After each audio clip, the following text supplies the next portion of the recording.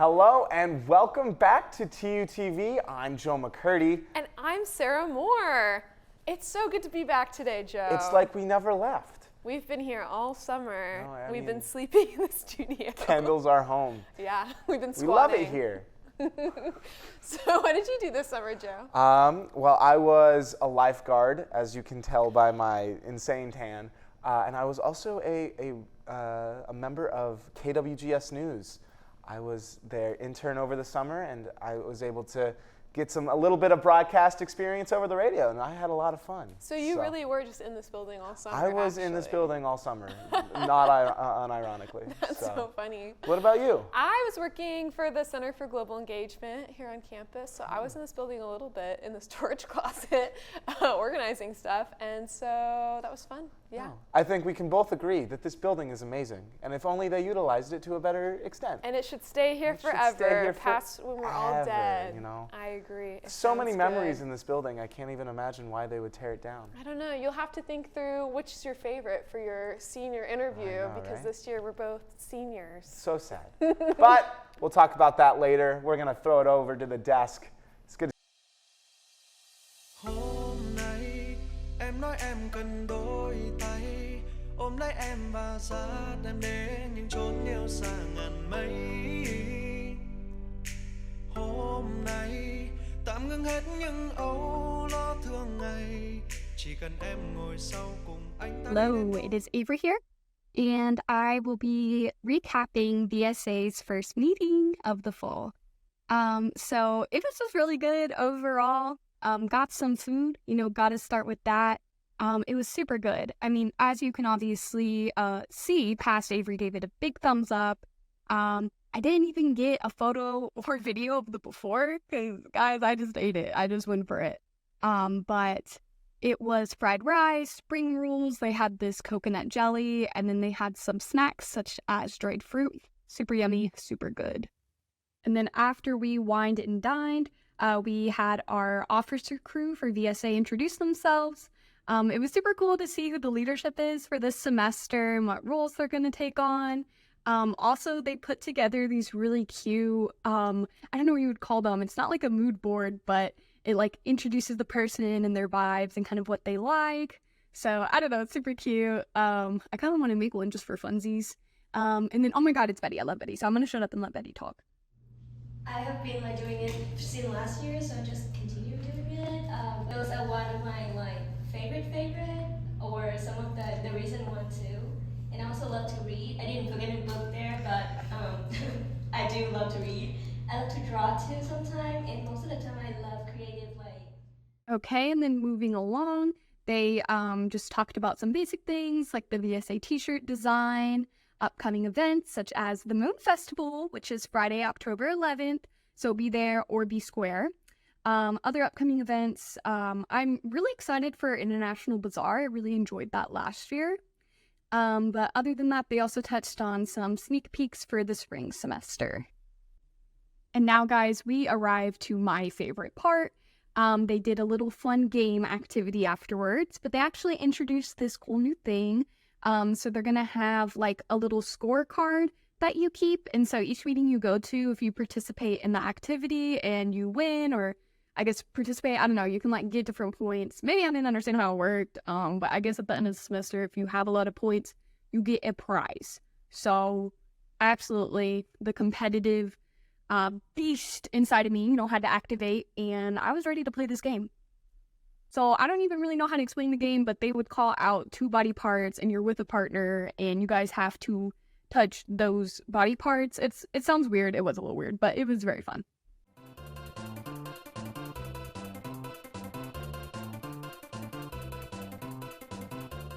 So I actually did not get really any footage of me playing because I locked in. Like, I wanted to win this. We did our best. We did not win. I know. And I touched her butt and we still didn't win. So unfortunately, I did not win. It wasn't because of lack of effort or skill. I just, I adamantly refused to put my shoe on my friend's back because that's just rude, when it finally got down to the final 3 teams, they had to have Betty replay that footage, slow-mo, figure out who actually won, who was the fastest, and thus we had our winners. Betty, you just saved the day. I recorded.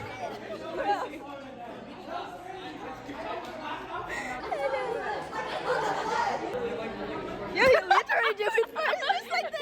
But yeah, after the game was over, I got my little card stamped with my 1 point for participating, and I did a little happy skip back to Mother Sara to let her know that I got my 1 point.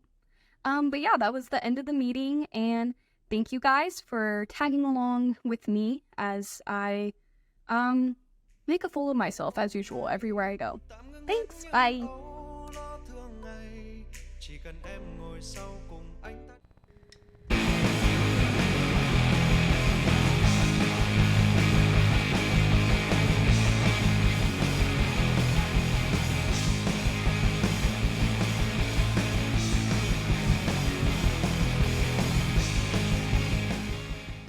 And welcome to the news. My name is Hunter Lynn. And I'm Bruce Bigler. Today is a big day for 2 reasons. First off, because it is National Pet Bird Day, but more importantly, because we are going to be bringing you some of the biggest events from this week. So without further ado, 2 weeks ago, more than 100,000 Tulsans celebrated the opening of our city's newest attraction during the so-called Big Dam Party. The event held during Labor Day saw the grand opening of Zinc Lake, formed by a low-water dam on the Arkansas River and the Williams Crossing pedestrian bridge, which spans the lake. The $80 million project, part of Tulsa's Vision 2025 program, was decades in the making, and planners hope the development will encourage more visits to the already popular Gathering Place Park, which sits adjacent to Zinc Lake. The project was funded by a 1-cent sales tax increase combined with over $7 million in private donations, including from petroleum company Williams, after which Williams Crossing is named. The Vision 2025 project has generated additional benefits, including renovation to Tulsa's public universities. The City of Tulsa's decision to disallow combustion engines in swimming on Zinc Lake has drawn differing opinions from Tulsans.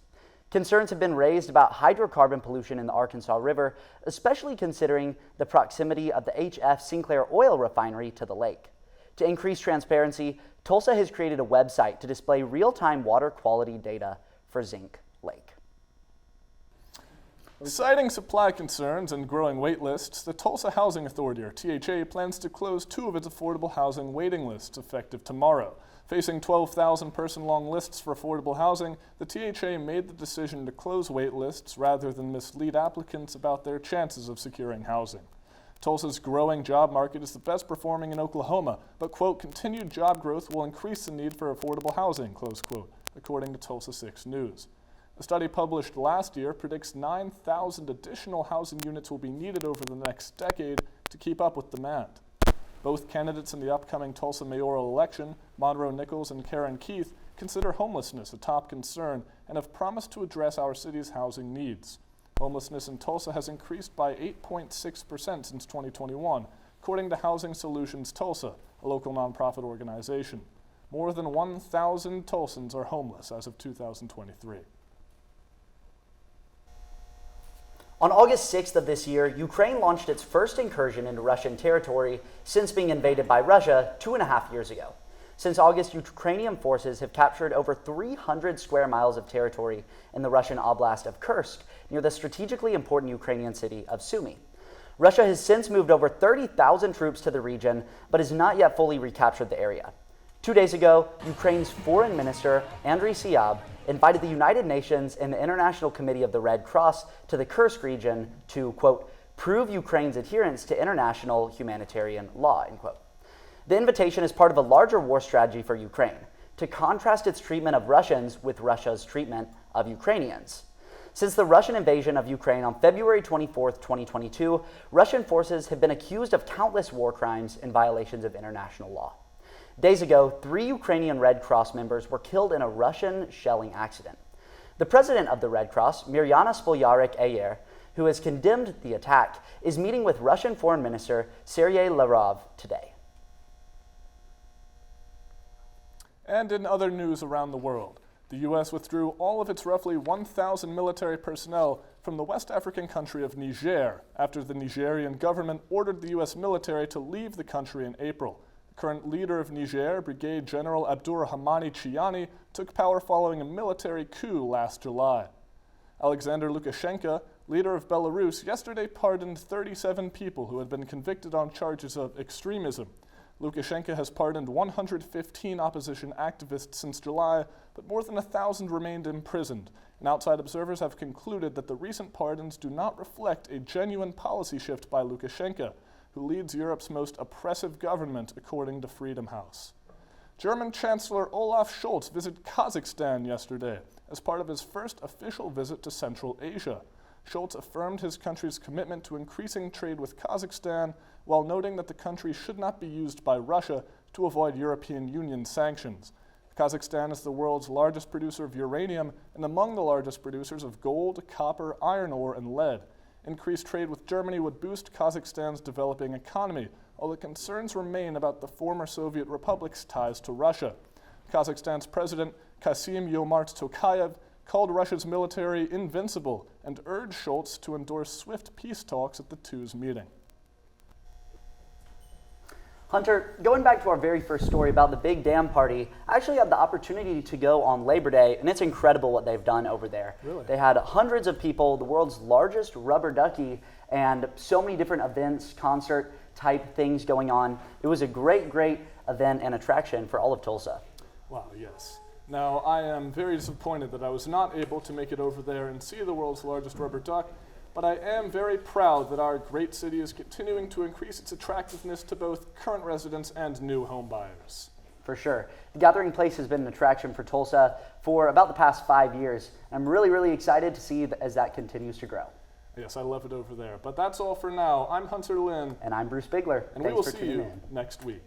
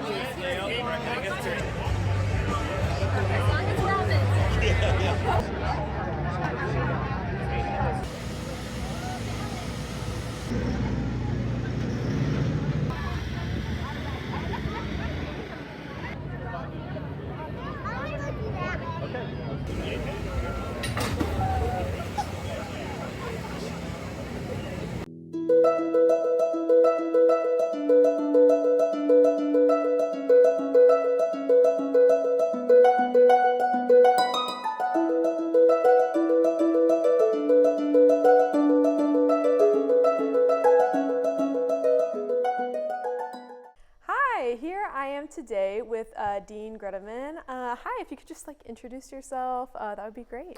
Sure, I'm Blaine Greteman. What do you want to know? I would just love to hear about maybe your previous experience and what you're doing before you came to be the Dean of Kendall College. Sure, so most recently I have been, for the past 15 years, I've been an English professor at the University of Iowa.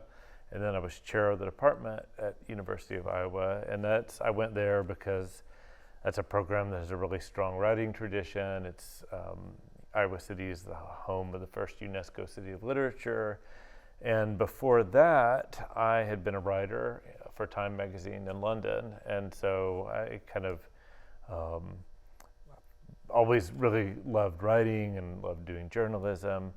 Before that, I was a kid in Oklahoma. I grew up in far western Oklahoma in a little bitty town called Hydro, and I graduated from Oklahoma State University. So you're doing that the week after they stomped us in football. I am not feeling too great about that this week, but yeah, I graduated from there. I got a Rhodes Scholarship from OSU, and I went to study at Oxford because that's what you do when you get a Rhodes Scholarship. And then after that, moved to London for a few years to work as a journalist. Ended up finishing my PhD at Berkeley. So I've kind of been all around and have been away from Oklahoma for a long time, but I'm really happy to be back here.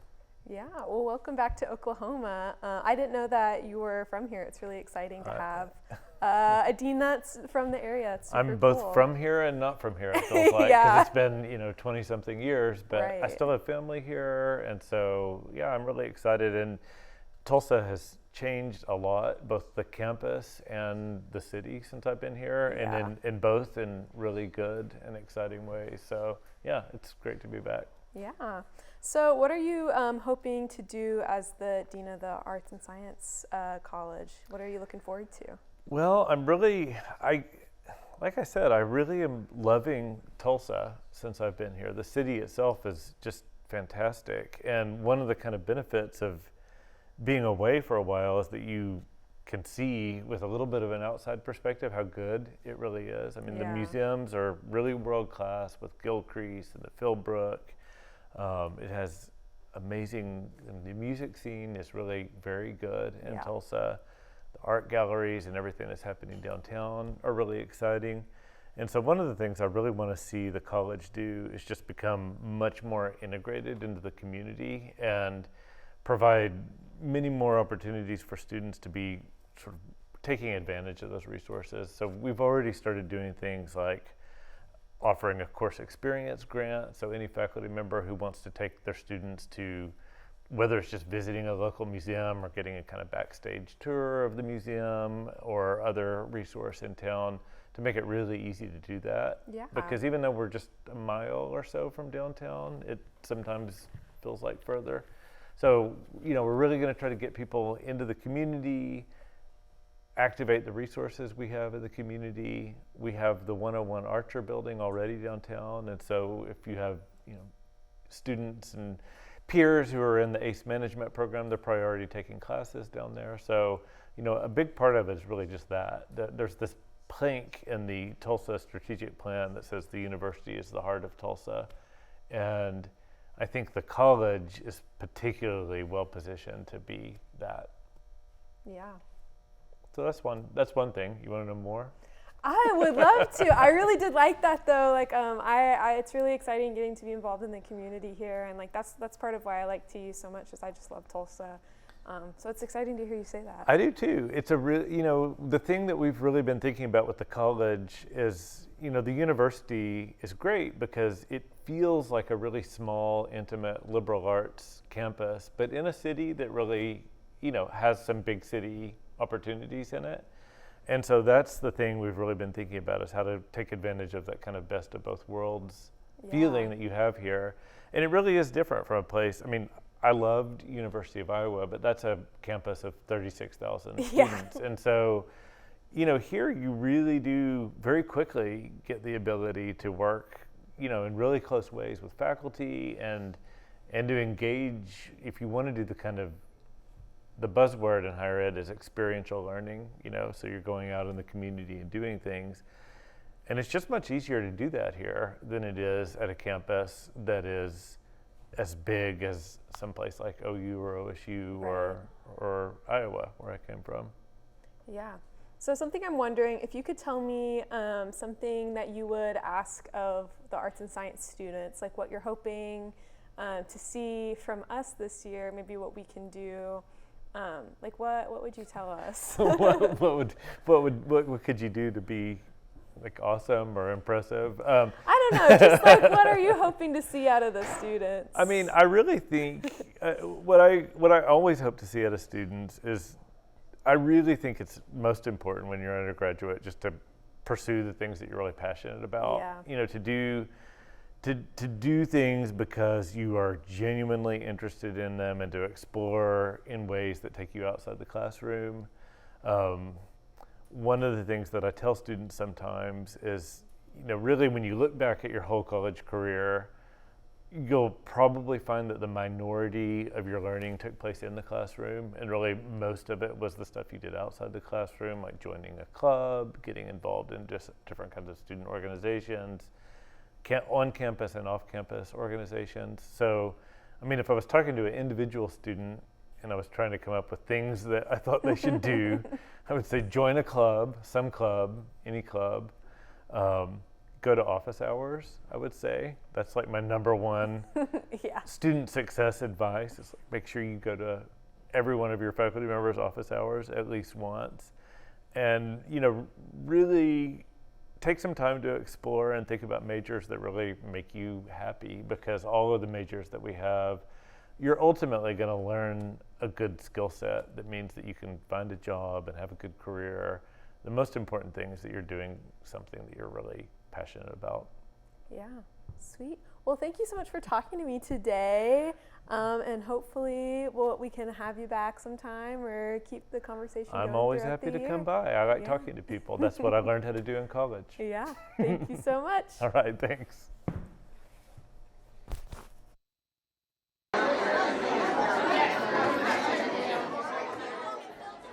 The sights and sounds of an elementary school classic. The Scholastic Book Fair, a staple of early childhood education. The students of Oologah Upper Elementary held their first annual Grandparents' Day this past Friday, and teachers were shocked at the turnout. A day that included lunch with grandparents and relatives and a trip to the Scholastic Book Fair. With money at the ready, students flooded Oologah's small school library as they scoured shelves looking for the newest Captain Underpants book or a new multicolored pen and eraser combo. First-year principal Hillary Morsty was ecstatic about the turnout. This is our first time to have Grandparents' Day here at the Upper Elementary, and we've had grandparents here eating lunch with their grandchildren and shopping the book fair, and we've had an awesome turnout, and we are just so thankful. For TUTV, I'm Joe McCurdy.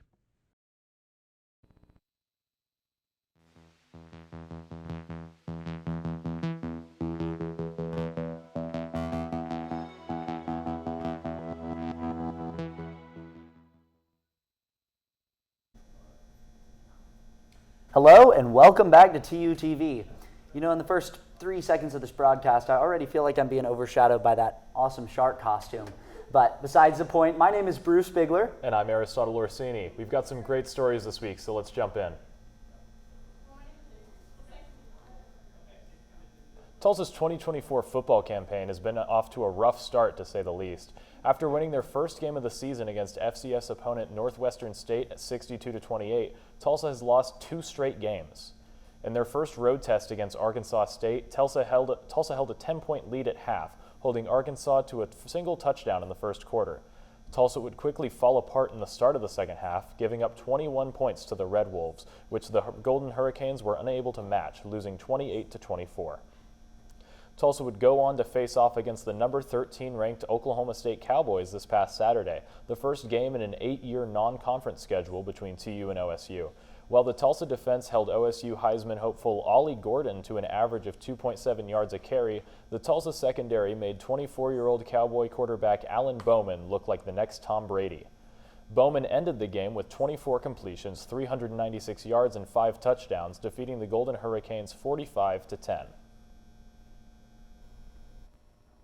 Tulsa men's soccer started their season with an aggressive non-conference schedule, facing off against powerhouse programs like Creighton, Louisville, and Missouri State. In their first 6 games, Tulsa has scored 6 goals, has had a combined 69 shots on goal, and only 1 win. In contrast, Tulsa's opponents have scored 12 goals, averaging 2 goals per match. Their one victory came at home against the Cal Poly Mustangs, where Tulsa came back down 2-1 with the help of 2 penalty kicks late in the game. The winning goal came off the foot of grad transfer Ander Bengotia with 3 minutes remaining in the match. Tulsa, sitting at 1-4-1 overall, begins conference play at home this Friday against Memphis. Now 10 games into their season, Tulsa women's soccer has had an up and down start of their season, taking wins where they can find them. So far this season, Tulsa has scored 27 goals while only allowing 12 goals from opponents. All of 4 of Tulsa's losses have been separated by 1 goal. After back-to-back one-score losses to Oklahoma and Rice this past week, Tulsa looks to bounce back in conference play as they face North Texas at home on Thursday.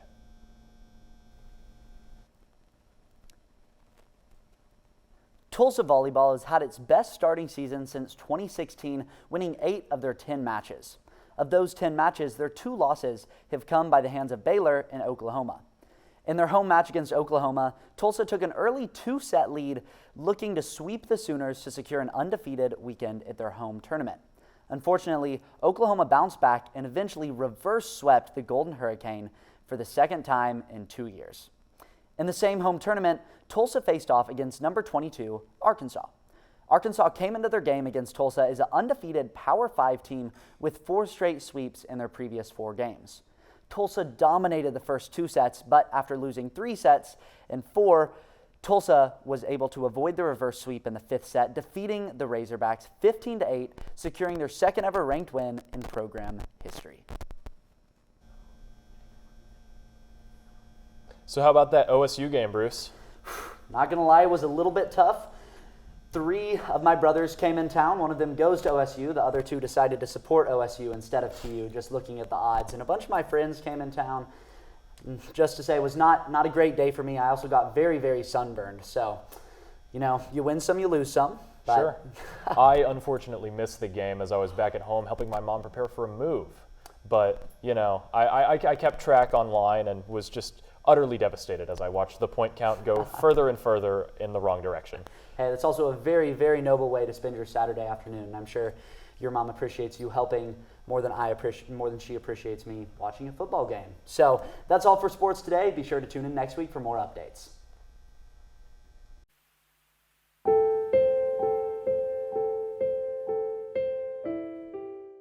My name is Karina Gurn, and my major is a PFA with an emphasis in painting and a minor in art history. This is my current piece I am working on. It is a mermaid in this ethereal world. There's spiderwebs in the background. It's mixed media. I'm using crystal beads over here and mirrors over here as well.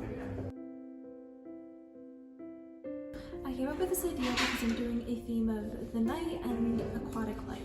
So in ceramics, I am doing ceramic pieces that I will be attaching on my canvas, like octopus tentacles and coral as well. So I am exploring the multimedia facets that I can expand my portfolio with, especially for grad school applications.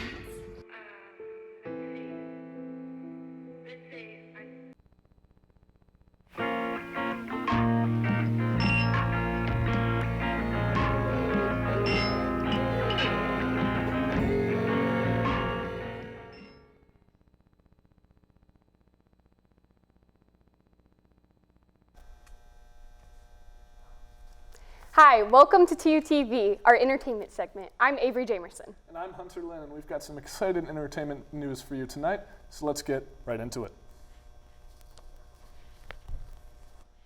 Last Monday, James Earl Jones passed away at the age of 93, surrounded by his family, according to his agent. With a distinguished career that's spanned iconic roles on stage and screen, most notably voicing Mufasa in both 1994 and 2019's The Lion King, and his unforgettable work as the voice of Darth Vader in the Star Wars franchise. A prolific worker, Jones has starred in over 200 film and television roles, including Patriot Games, Field of Dreams, Coming to America, among others. While remaining a prolific stage actor throughout his career, Jones was most famous for his iconic voice, which in addition to his film credits was featured in the tagline for CNN and an audio recording of the King James Bible. Known for his deep, resonant bass and demanded authority, Jones was highly respected by colleagues and fans, demonstrated through the outpouring tributes across social media in remembrance of a generational talent that will surely be missed. This Sunday, TV's biggest stars gather together for the Emmy Awards, broadcasted live from the Peacock Theater in Los Angeles. This marks the second Emmys show to take place in 2024, after the 2023 event was delayed to this past January following last year's writers and actors strike. FX's historical drama series Shogun dominated with 18 wins overall, setting a new record for the most show wins in a single season. Carrying home 11 trophies was critic favorite The Bear, which broke its own record for most comedy wins in one season after claiming 10 awards just last year. While the Jeremy Allen White-led series was an expected favorite heading into the night, HBO's Hacks surprised audiences by taking home the Outstanding Comedy Award, in addition to its win for lead actress in a comedy, courtesy of Jean Smart. After a successful debut last week, the hit sequel Beetlejuice Beetlejuice remained #1 at the box office, earning an additional $51.6 million to bring its domestic total to $188 million, according to ComScore. With Michael Keaton, Winona Ryder, Catherine O'Hara returning alongside newcomer Jenna Ortega, the Tim Burton sequel comes nearly 35 years after the 1988 original, which made a relatively successful $75 million off of a $15 million budget. In the age of classic Hollywood remakes, Beetlejuice Beetlejuice breaks norm and picks up 3 generations after the original and aims to tell a new story that remains fresh but still recognizes the original classic. Currently, reviews are generally positive, but stay tuned next week for TUTV's special review of the long-awaited Tim Burton sequel.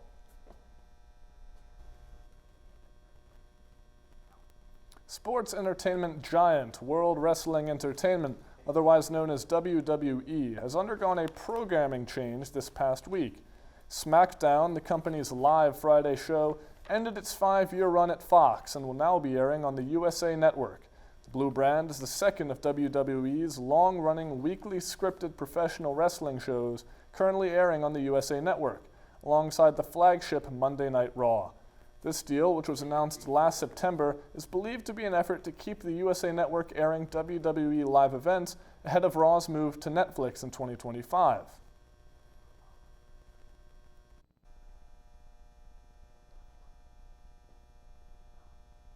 This past Friday, the Kendall College of Arts and Science held a cookout on Dietler Commons, featuring music and a buffet of barbecue food. While Kendall cookouts have been held in the past, this event was particularly special as it celebrated the college's 130th anniversary, with students, faculty, and even brand new dean of the Kendall College of Arts and Science, Dr. Greteman, in attendance. The event proved to be a surefire hit as people came together to enjoy food on a relatively breezy afternoon. Neither the buzzing of opportunistic flies nor the appearance by TU famous squirrel population could dampen the affair, with the watermelon strawberry bowl and Kendall frosted cookies proving to be a consistent favorite as many returned for second servings. Though a celebration at TU's Liberal Arts and Sciences, all TU students were in attendance as everyone from film majors to cybersecurity researchers enjoyed a pleasant afternoon of food and fun. Well, Hunter, personal problem, I cannot see very well. Really? I cannot. This is fascinating information. These glasses are an old prescription, and I should have thought of that before wearing them today. Isn't that right? You know, that's all right. We all mess up our lines sometimes, some of us more than others, but certainly none more than myself. Well, I think that is actually false, Hunter. I think you were the smoothest anchor we have. Well, you know, I'm trying to make you feel better over here, Avery. It's okay. The self-hatred runs deep. Oh dear. Well, that's a problem to be addressed in next week's entertainment section, folks. I've been Hunter Lynn. And I'm Avery Jamerson. And tune in next week for therapy.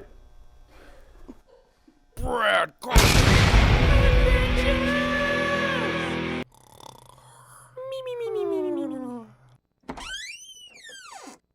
I'm up. Brother Carson, you got to help a go city. Nobody like eat my pizza. They say it's a pew, and then they post about it on the Yiki Yak. Could you repeat that? Preferably in a way that we can understand? You need to help a go city and make a restaurant good like a Chick-fil-A. How about me and Goldie become your new sous chefs to get your pizza place back in business? Oh, Goldie, go! Thank you so much, Brad and Goldie. With your help, everybody gonna wanna eat a Casatiza pizza.